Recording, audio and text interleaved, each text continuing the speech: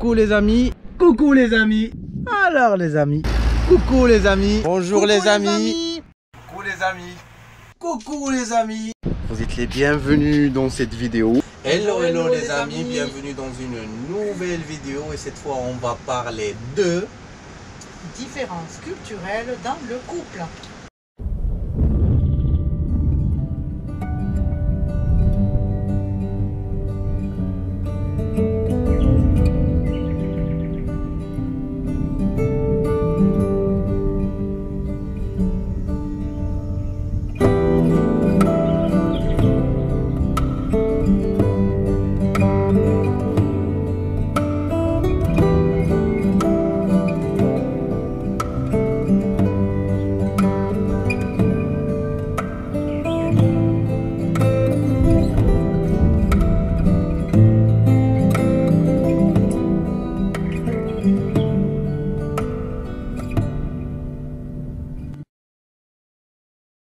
On va dire que pour avoir un couple, il faut d'abord se rencontrer et se fréquenter.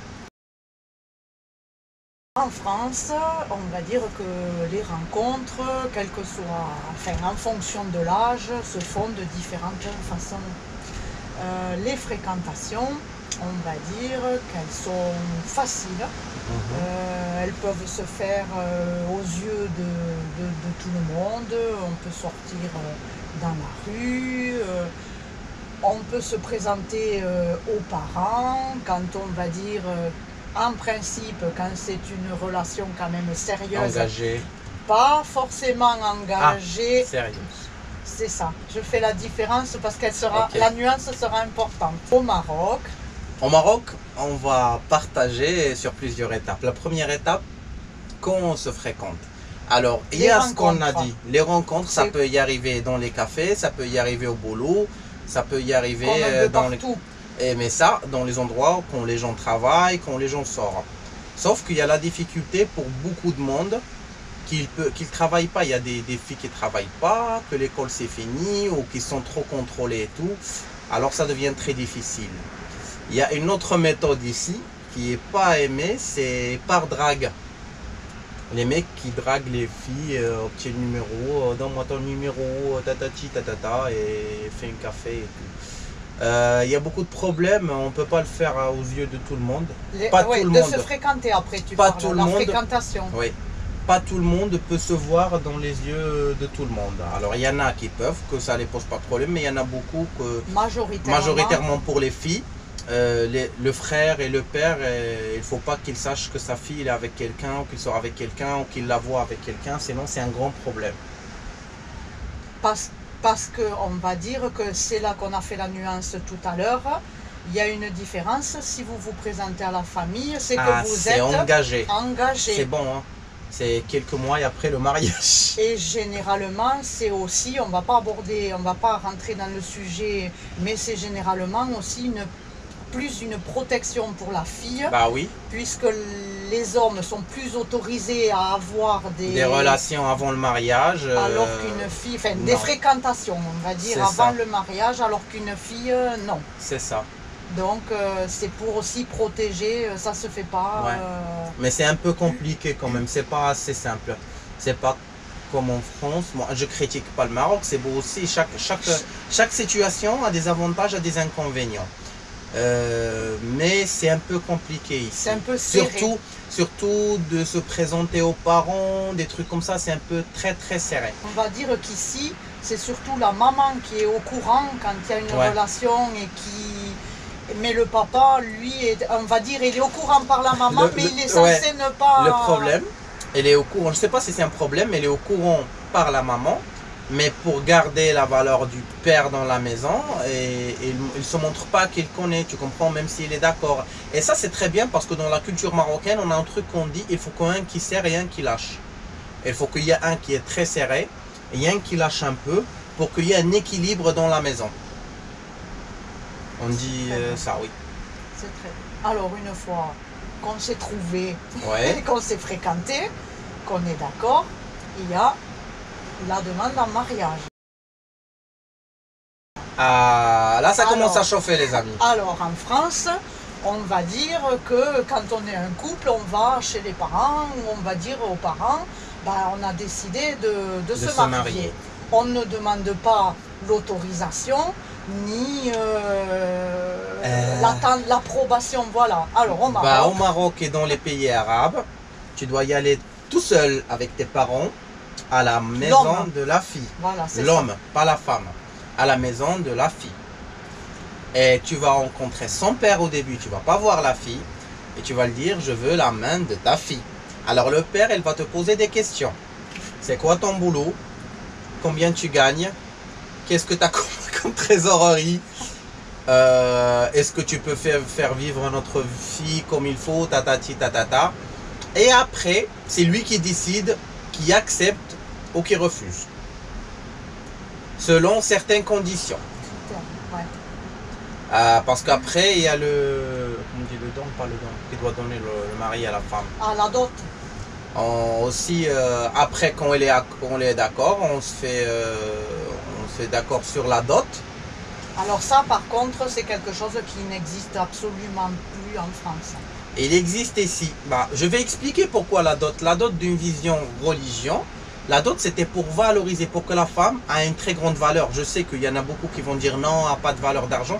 Mais pour que l'homme, il comprenne qu'il ne prend pas n'importe qui ne prend pas une fille facile et tout, alors il rend les conditions un peu difficiles pour qu'il connaisse la valeur de la femme. Mais maintenant, ça devient comme un peu de marchandises, comme des ventes et des achats. Et ça devient du matériel. Et les parents, ils font plus ça pour valoriser leur fille, mais ils le font comme un projet, c'est pour gagner des sous. C'est comme ça. Mais ça complique énormément quand même, on va dire, l'accès au mariage pour les hommes. Ah oui, bon, c'est pour ça, il y en a beaucoup de jeunes maintenant, ils ne veulent plus se marier. Parce que quand tu veux te marier, bah, ils ne veulent plus, avec ces conditions, eux, ils ne veulent plus même.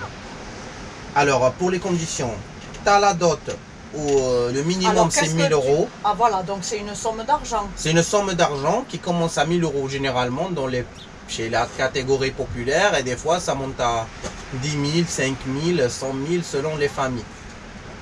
Après la dot, ils te demandent une appart où tu vas vivre, ton travail, ton salaire.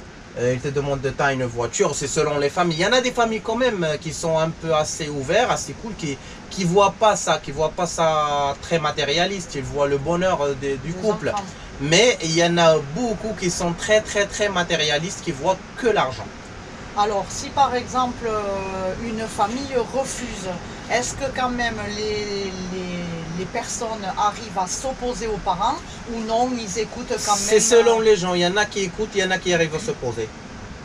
Et qui partent se marier et qui... Comme mes parents, ils se font opposer.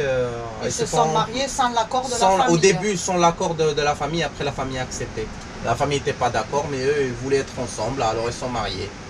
Bah déjà à l'époque, c'était quand même déjà aussi... Oui. Bon. Oui, c'est des rébellions. En France, il y a un autre sujet aussi, c'est que on ne fait pas de mariage arrangé. Chacun se choisit comme il veut. Ça se fait encore ici au Maroc, de moins en moins, parce qu'avant, les mariages au Maroc, c'était que des mariages arrangés. Alors, tu connais pas avec qui tu te maries, ça vient le jour de mariage, tu signes et tu as la boîte à surprise. Tu ouvres et tu vois ce que tu as. Tu auras Jennifer Lopez comme tu auras Jean-Jacques. Alors, c'est toi et ta chance. Sauf que ça se fait encore dans une région, il y a un festival de mariage. C'est pour faciliter les choses pour les jeunes et tout, qui ne trouvent plus à se marier. Un festival qui marie les jeunes avec les jeunes et ça y est, vous êtes mariés, Ça s'appelle le festival d'Emelchil. Et ça se fait en Atlas. Il y a une chose aussi, par contre, qui est interdite chez nous, c'est le mariage entre familles, cousins, cousines, familles proches, ça c'est interdit. Non, ça se fait souvent, c'est pas interdit. Même il y a une citation qui dit « Notre beauté, il faut que nous qu'on l'apprend. Il faut que ça ne parte pas ailleurs. » On dit « Khirna meidi ghirna ». Ce qu'on a, il ne faut pas qu'il parte ailleurs. D'accord. Et il y en a beaucoup de mariages entre cousins cousines. Il y a un message là, s'il y a quelqu'un qui me voit, qui pense à se marier entre cousins cousines, faites attention parce que ça fait beaucoup d'handicap, ça fait beaucoup d'enfants handicapés. Voilà, c'est pour ça que... Et ça vient pourquoi? Parce que souvent, nous, on a des héritages qui ne sont pas partagés dans la famille. Qui sont compliqués. Ou on est dans une tribu et tout. Alors on continue à se marier entre nous pour garder l'héritage. Ou pour garder des fois le nom de famille, c'est ça. Ouais. On passe au jour du mariage. Ah oui, Alors, non, mais avant, on a la partie de fiancé. On se fiance. Qu'on l'accord, on a une étape qu'on soit ensemble pour se rencontrer. Ça n'existe plus non plus en France. Bah, chez nous, c'est la partie de rencontre. Alors, tu vas voir les parents, mais après, ça vient la rencontre. Ah, donc là, vous êtes autorisé à vous fréquenter. Oui. Alors que, à sortir, que se présenter aux parents, au vu de tout le monde. Et après cette période, que des fois ça peut durer 5 ans, que des fois ça peut durer que 2 jours, et vient le mariage. D'accord. Donc, entre guillemets, vous êtes, tout le monde ferme les yeux, vous n'êtes pas censé vous êtes à rencontrer avant, c'est ça. Ça, c'est la rencontre officielle. Oui. D'accord. C'est ça. D'accord. Et après vient le mariage. Alors, le jour du mariage, en France, en fait, l'organisation d'un mariage, on va inviter les amis, la famille, et ça va se dérouler sur une journée. Ouais. Généralement, un samedi, un week-end où personne ne travaille. Donc, sur l'invitation, tu vas mettre que tu as rendez-vous à la mairie. C'est-à-dire là, c'est à la mairie où ça sera l'acte officiel devant monsieur le maire. C'est là que tu auras l'acte officiel de mariage. Tout le monde y assiste. Pour les croyants, après la mairie, on donne rendez-vous à l'église. Et là, c'est plus une valeur religionnelle. Ça n'a pas d'acte officiel de... Voilà. Et après, on a un apéro. Et après, le repas, la fête du soir, mais tout se passe en famille, entre amis, sur une journée. Au Maroc, ça commence d'être chez la doule. Alors, la doule, c'est un officier de... C'est un officier qui te fait signer l'accord. C'est comme monsieur le maire pour faire le mariage. C'est la doule. Un accord c'est la signature. Oui, non. C'est dans la loi, la doule. La loi, voilà. Alors, c'est religion et loi, c'est dans les deux. Alors, tu vas aller chez la doule. Normalement, il y a 2 adoules. Il y aura 2. Et tu vas avec... Généralement, ils vont avec les parents de la fille, les parents du garçon et 2 témoins. 2 témoins hommes ou un témoin homme et 2 témoins femmes. Témoigner. 2 témoins, c'est ça. 2 témoins femmes. Et après, ça, c'est pas le mariage. Ça, c'est l'acte, on l'appelle. C'est la signature de l'acte. Pour nous, c'est pas le mariage. Alors, pour le mariage... Mais ça se fait plusieurs jours avant ou ça peut se faire même un an avant, 6 mois avant, des fois le jour avant, des fois le même jour. D'accord. Et après? Et après les amis, comme tu as dit, vous invitez les amis. Il y a la fête. Non, on invite les amis de la famille, les amis de la famille, les amis du quartier, les amis de ça. En fait, dans une fête au Maroc, c'est 600 personnes, 1000 personnes, 500 personnes, 300 personnes. Parce qu'il faut dire que ici, ça pose pas de problème. Admettons, moi je viens avec toi. S'il y a des personnes qui sont avec Généralement, il n'y a pas de problème. Tout le monde rentre, même tout le quartier et tout. Et c'est selon les traditions de chaque région. Parce qu'au Maroc, comme je dis toujours, on n'est pas un seul peuple. On est un seul peuple, une seule nationalité. Mais on a différentes origines et différentes coutumes et traditions. Alors, il y en a qui le font sur 3 jours. Il y en a qui le font une semaine de fête. Il y en a qui font 2 jours. Il y en a qui font une fête de mariage faite par la famille du mari. Et un jour, une fête de mariage faite par la famille de la femme, de la mariée, de la femme. Désolé, je bégaye. Et c'est ça. Avec beaucoup de repas, beaucoup de dépenses. Alors, il faut savoir qu'en France, la mariée, elle n'a qu'une seule tenue, elle va porter sa robe et il n'y a qu'une seule tenue. Et au Maroc, elle a 7 tenues, normalement. Il y en a qui font 4, c'est selon les régions, mais généralement 7 tenues. Et les moyens aussi, peut-être financiers aussi. Bah oui, parce qu'il faut vous dire qu'un mariage ici, ça coûte 10 000 €, des fois c'est à 100 000 € et tout, mais 10 000, 5 000 €, c'est le minimum. En France aussi, ça peut coûter cher en fonction de ce qu'on choisit, mais au niveau des robes. Et c'est le minimum, ça coûte cher. Parce qu'il faut savoir que ça, c'est le mari qui paye toutes les... Alors, il faut... Pas toujours, c'est les familles des fois. D'accord. Des fois, c'est l'accord entre les familles. Il y a des fois, quand ils font par exemple un fête chez le mari, un fête chez la femme, c'est la famille qui paye seule. Des fois, elle se met en accord pour payer les deux. Des fois, c'est la famille de mari qui paye tout. c'est selon les familles les plus charismatiques qui Parce payent qu'il moins. faut la robe, il faut les chaussures qui vont avec. Plusieurs il faut robes. le Là, sac. non, on va aller à autre chose. Oui, mais La robe, c'est pas acheté pour qu'il la garde à vie. Il y a une femme qui vient avec certaines robes. C'est comme c'est loué. oui, C'est une femme qu'on appelle la Negafa. C'est une femme qui vient avec plusieurs robes, qui te fait la henna et tout. Mais pour les habits que le mari il est obligé d'acheter pour la femme, généralement ça s'achète deux par pièce. Alors, deux djellaba, deux robes, deux chaussures, deux soutiens-gorge, deux culottes, ah, tu parles du trousseau qu'il Ah est oui. obligé de faire Ah oui, d'offrir avant. à la femme. Ah oui, une chambre de nuit avec le tout. C'est le mari qui équipe tout, qui équipe toute la maison, qui équipe tout. La femme, D'accord, c'est la mais princesse. Au niveau du mariage, les robes, voilà, c'est 7 robes et en principe, ça finit par la traditionnelle robe blanche équivalente à ce qu'on porte en France. Ouais, c'est ça. Voilà. Un mariage, ça fait combien d'heures chez vous? Ça commence par exemple à quelle heure et ça finit à quelle Un heure? mariage, nous on se donne rendez-vous peut-être à 14 ou 15 heures pour la mairie et après ça finit à 4 heures, 5 heures du matin en fonction de... Ah oui.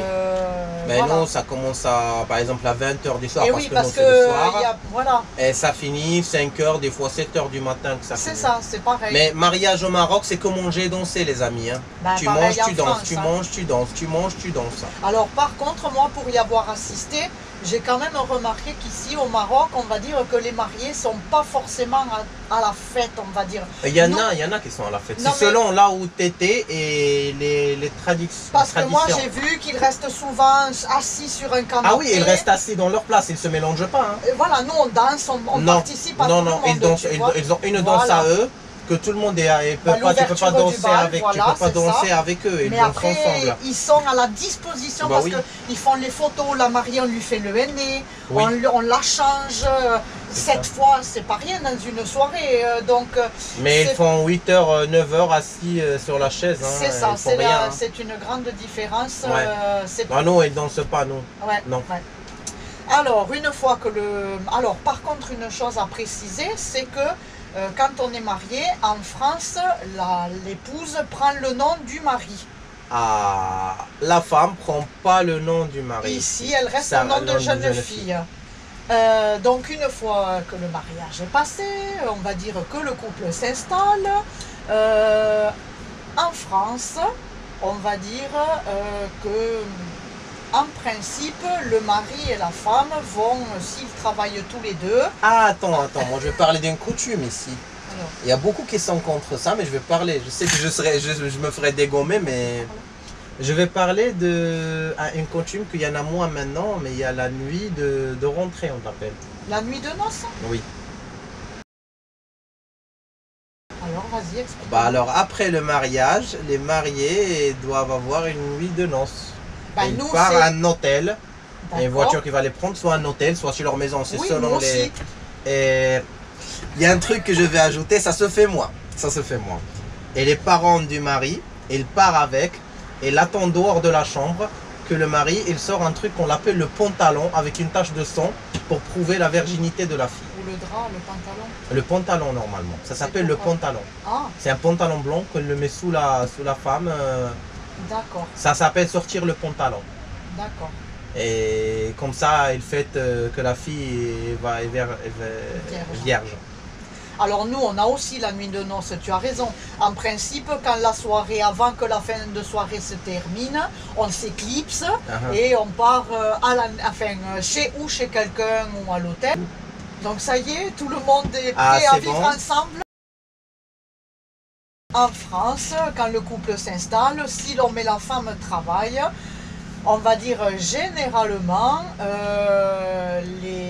où ils vont mettre l'argent en commun et vivre avec cet argent, où chacun va prendre sa part et assumer sa part de vie de couple. Au Maroc, C'est l'homme qui paye tout. Et c'est un truc que j'aime pas, c'est que l'homme il devient un porte-monnaie au Maroc. Tu dois payer tout.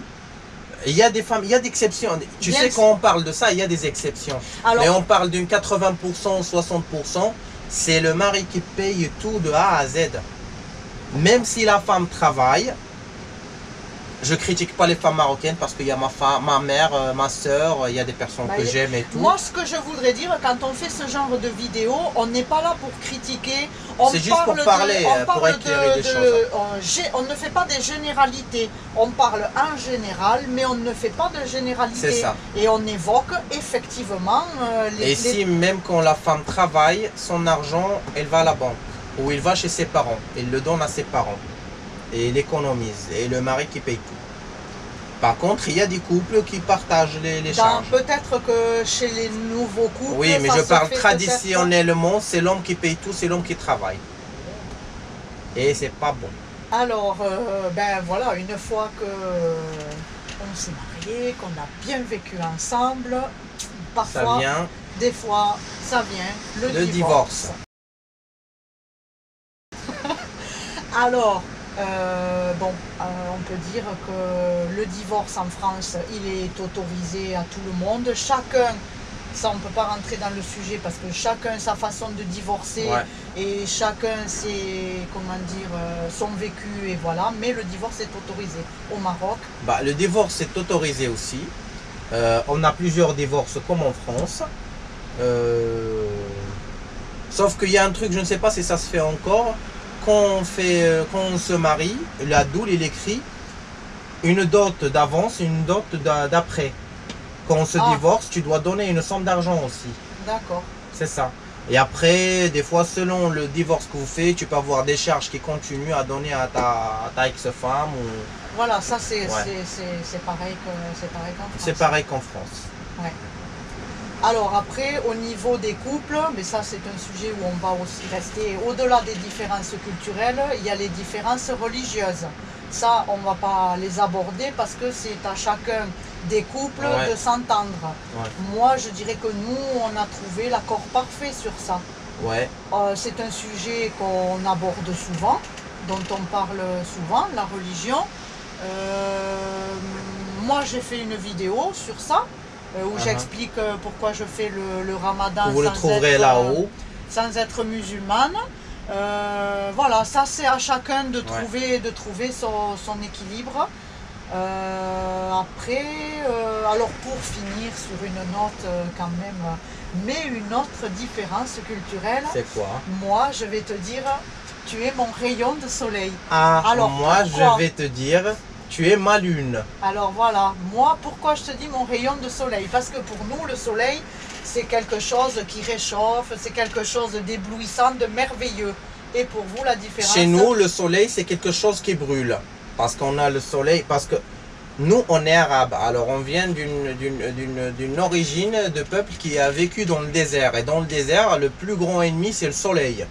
C'est ça. Et le plus beau, parce que les nomades avant, elles marchaient la nuit et le matin très tôt quand il n'y a pas de soleil. Alors elles marchaient sous l'éclair de la lune. Alors la lune a une valeur poétique chez les Arabes, au contraire du soleil. Mais chez vous, vous avez la neige et tout, alors le soleil vous réchauffe, alors elle a une valeur poétique, c'est ça. Alors c'est une différence culturelle. Voilà. Tu es ma lune.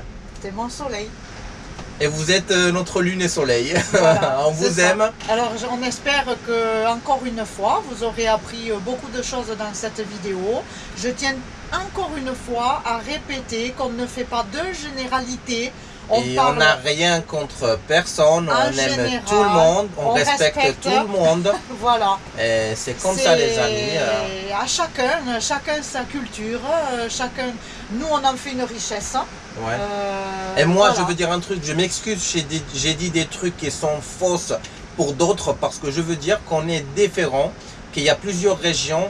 Peut-être il y a des trucs qui se font dans ma région, qui ne se font pas dans d'autres régions. Alors je m'excuse si je blesse quelqu'un. De notre vécu, voilà. De notre vécu, de notre connaissance, de notre savoir. Voilà. Alors, on vous aime. On vous aime les amis. Prenez bien soin de vous. N'hésitez pas à s'abonner si ce n'est pas encore fait. Il ne faut pas laisser le mot s'abonner rouge. Il faut qu'il devienne gris.